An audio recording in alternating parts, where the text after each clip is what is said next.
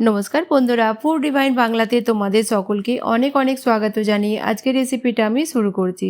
আজকে আমি তোমাদের সাথে খুবই টেস্টি একটা নাস্তা রেসিপি শেয়ার করব। এভাবে তোমরা একবার বাড়িতে বানিয়ে দেখো, আশা করছি ভালো লাগবে।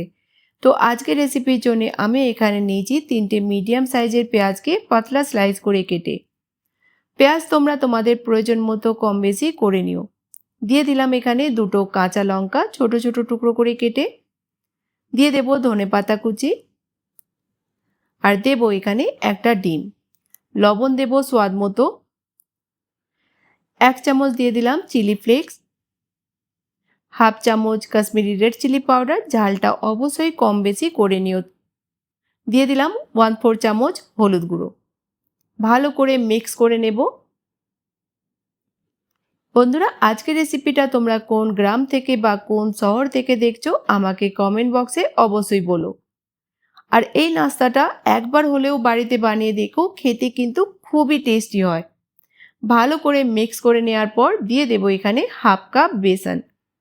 বেসন দেওয়ার পর আমরা আরও একবার ভালো করে মিক্স করে নেব। টাইট হাতে একটু মিক্স করতে হবে, জল দেব না আমরা এখানে। তো ভালো করে মিক্স করে নিলাম, আর এইভাবে আমরা তুলে তেলেতে ভাজতে থাকবো।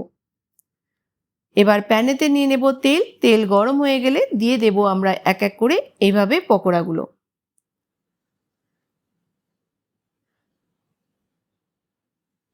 একবারে যতগুলো আমাদের ভালোভাবে ভাজা হবে ততগুলোই আমরা এখানে দিয়ে ভেজে নেব। দেওয়ার সময় গ্যাসের ফ্লেমটা অবশ্যই লোতে রাখতে হবে। তারপর মিডিয়াম ফ্লেমেতে আমরা ভেজে নেব উল্টে পাল্টে, যতক্ষণ না কালার খুবই সুন্দর একটা আসছে। 2 মিনিট পর আমরা এক এক করে সব পকোড়াগুলোকে উল্টে দেব। ডিম দেওয়ার জন্য এই পকোড়ার টেস্টগুলো কিন্তু অনেকটাই ভালো আসে। তোমরা একবার হলেও বাড়িতে বানিয়ে দেখো। চায়ের সঙ্গে টমেটো কেচাপ বা ধনেপাতার চাটনির সঙ্গে খেতে কিন্তু দারুণ লাগে। মুড়ির সঙ্গেও তোমরা এটা খেতে পারো। অন্যদিকেও আমরা 2 মিনিটের জন্য ভেজে নেব। 4-5 মিনিট হয়ে গেছে আমাদের পকোড়াগুলোকে ভাজতে। আরও একবার আমি উল্টে দেব। বন্ধুরা, রেসিপিটা ভালো লাগলে বন্ধুদের সাথে বেশি বেশি করে শেয়ার করো।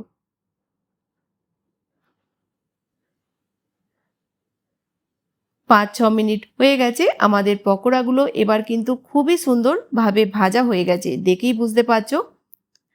আর দেখে যতটা তোমাদের এই নাস্তাটা টেস্টি লাগছে, বিশ্বাস করো খেতেও কিন্তু খুবই মজাদার হয়।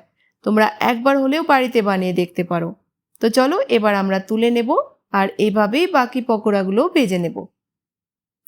তো বন্ধুরা, রেসিপিটা কেমন লাগলো অবশ্যই বলো। ভালো লাগলে চ্যানেলটিকে সাবস্ক্রাইব করে নিয়ে বন্ধুদের সাথে রেসিপিটা শেয়ার করো।